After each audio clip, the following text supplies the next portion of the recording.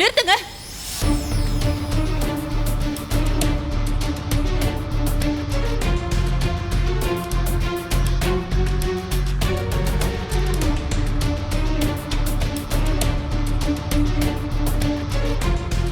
என்ன காரியம் பண்ணிட்டு இருக்கீங்க?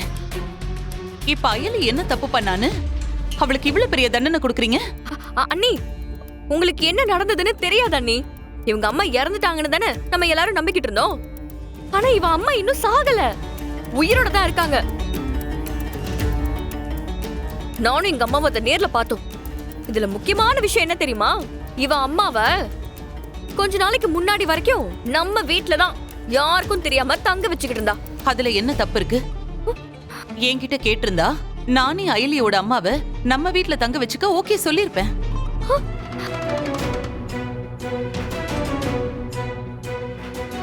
அவ சொல்லலன்னா அவளோட சிச்சுவேஷன் அப்படி.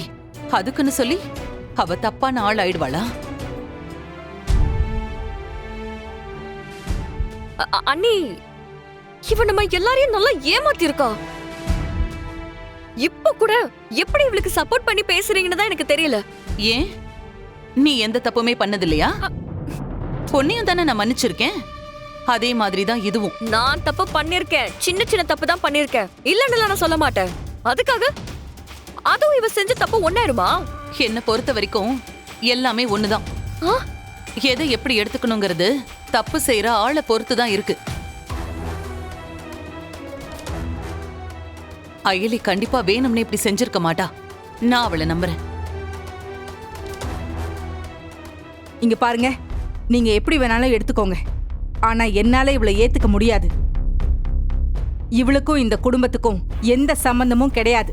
நான் இவளை தலைமுழுக தான் போறேன். ஏய், கொஞ்சம் இருங்க. நல்ல மனுஷங்களுக்கு அழகு ஒரு தப்பு நடந்துருச்சுன்னா அதை எல்லா பக்கத்துல இருந்தும் ஆராய்ஞ்சு பார்த்து அதுல இருக்கிற உண்மையை தெரிஞ்சுக்கிறது தான். ஆனா நீங்க அப்படியெல்லாம் யோசிக்கிறதுக்கு ரெடியாவே இல்ல. அதனாலதான் இப்போ நீங்க இந்த மாதிரி ஒரு முடிவு எடுத்திருக்கீங்க. கொஞ்சமாவது யோசிச்சிருந்தீங்கன்னா அயலி பக்கம் இருக்கிற நியாயம் உங்களுக்கு புரிஞ்சிருக்கும். அவ ஆல்ரெடி ரொம்ப நொந்து போயிருக்கா. அவ மனசுக்குள்ள எவ்வளவு போராட்டம் ஓடிட்டு இருக்குன்னு என்னால புரிஞ்சுக்க முடியுது. தயவு செஞ்சு இந்த மாதிரி எல்லாம் முடிவெடுத்து இன்னும் அவளை காயப்படுத்தாதீங்க. நான் இவ்வளவு தூரம் சொன்னதுக்கு அப்புறமும் புரிஞ்சுக்காம அவங்க இஷ்டத்துக்கு தான் நடந்து போன்னு சொல்ற யாரும் செங்கோட்டு வேலர் குடும்பத்துக்கு சம்பந்தியா இருக்க முடியாது.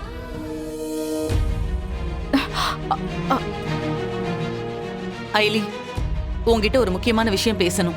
கொஞ்சம் வெளியில வா. சிவா, நீயும் வா.